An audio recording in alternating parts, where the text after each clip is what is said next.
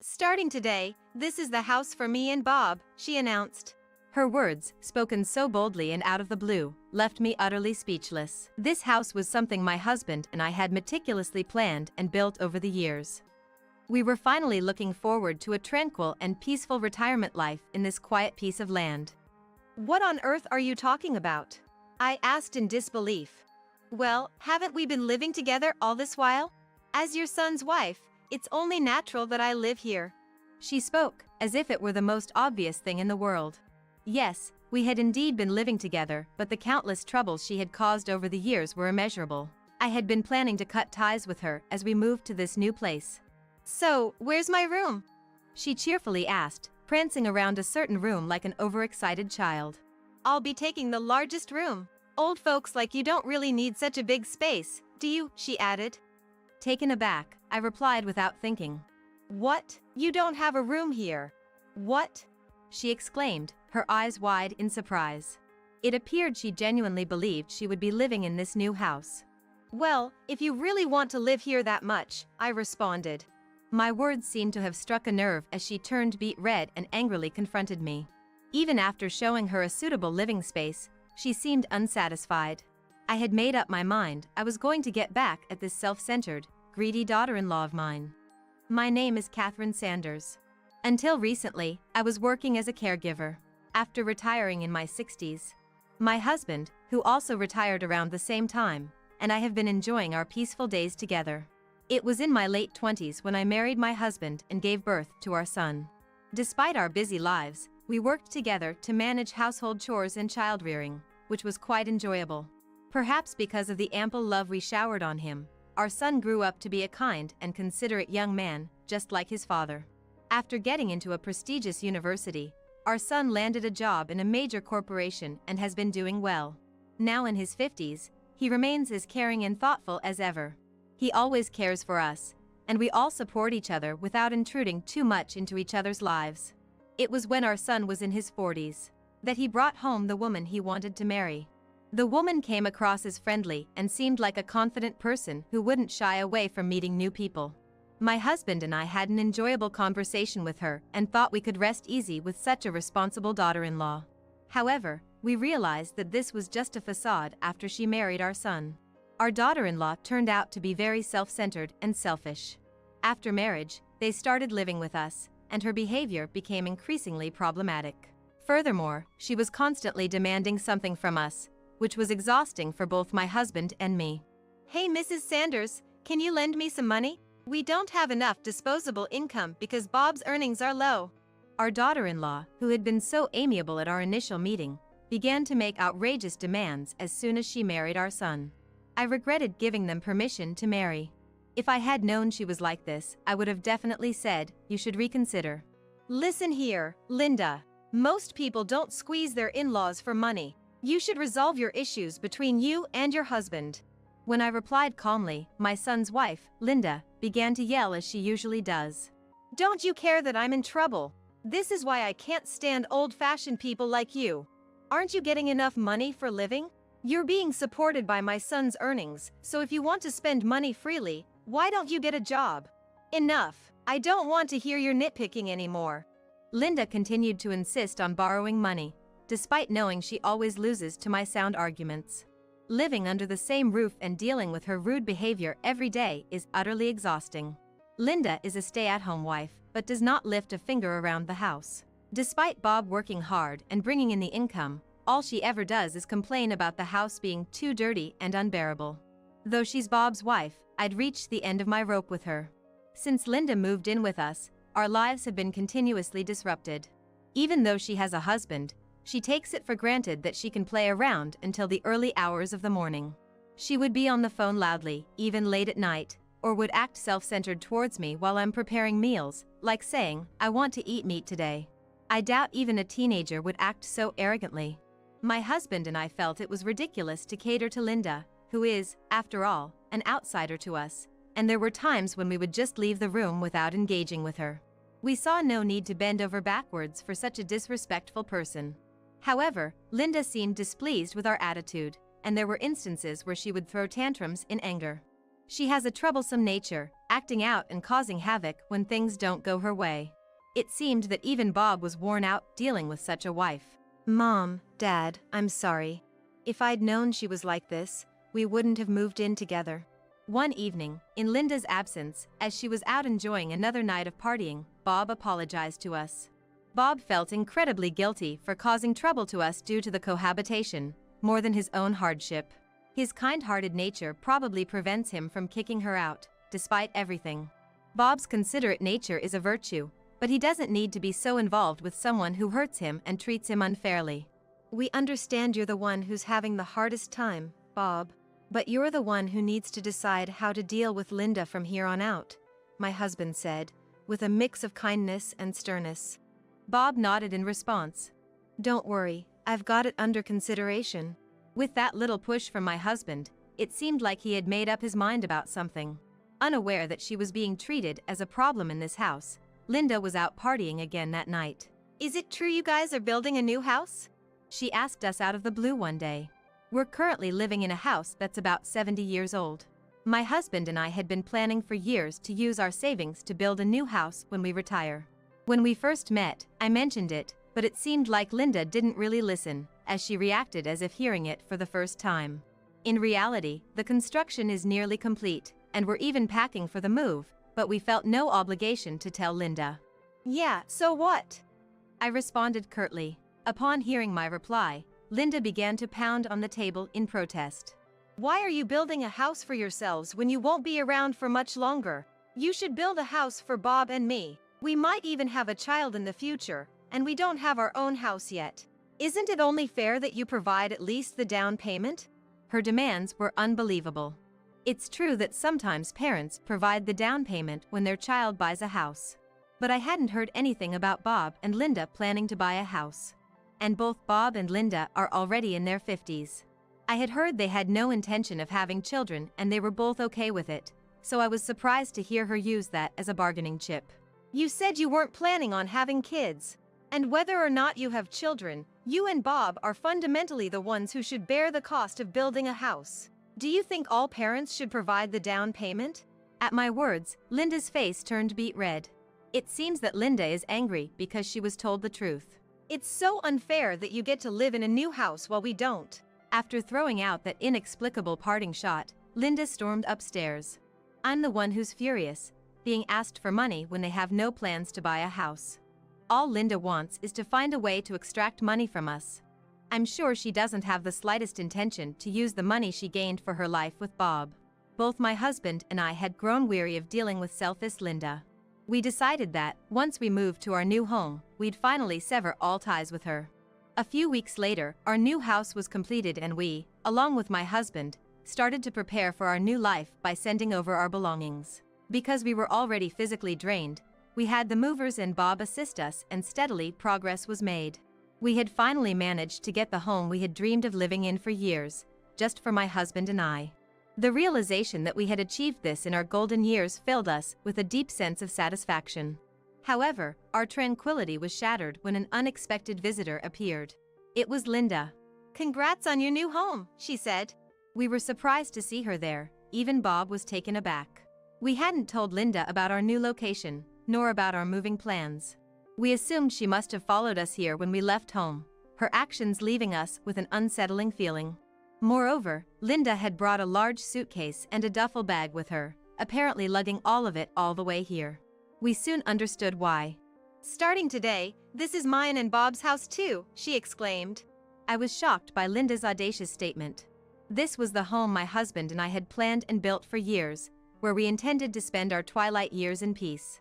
But it seemed like Linda was planning on living here. What are you talking about? I asked. Well, we've been living together up until now, right? So, it's only natural for me, as your son's wife, to live here too, right? Linda said it as if it's the most natural thing in the world. Why, after all the trouble she's caused us over the years, did she think she could just impose on us like this? The annoyances Linda has caused are too many to count, and we were planning to cut ties with her during this move. So, where's my room? As she rudely barged into our new house and wandered around, both my husband and I found our expressions becoming more stern. Upon arriving in one of the rooms, Linda exclaimed excitedly like a child. I want this biggest room. Old folks like you don't need this much space. To this, I responded reflexively. Huh? You don't have a room here? Huh? Linda was taken aback. She seemed to genuinely believe she could move into our newly built house. Her arrogance made me infuriated. Well, if you want to live here so badly, how about this spot? I pointed to the storage space under the stairs. It was full of vacuum cleaners and various household supplies, but it had just enough space for one person. Linda blinked her eyes wide open and laughed off the suggestion as a joke. Stop kidding around. There's no way I could live there. Oh, you don't like it? Then come with me. I took Linda outside and pointed to the shed at the corner of the yard. I think that would be a perfect fit for you. In fact, it's more than you deserve.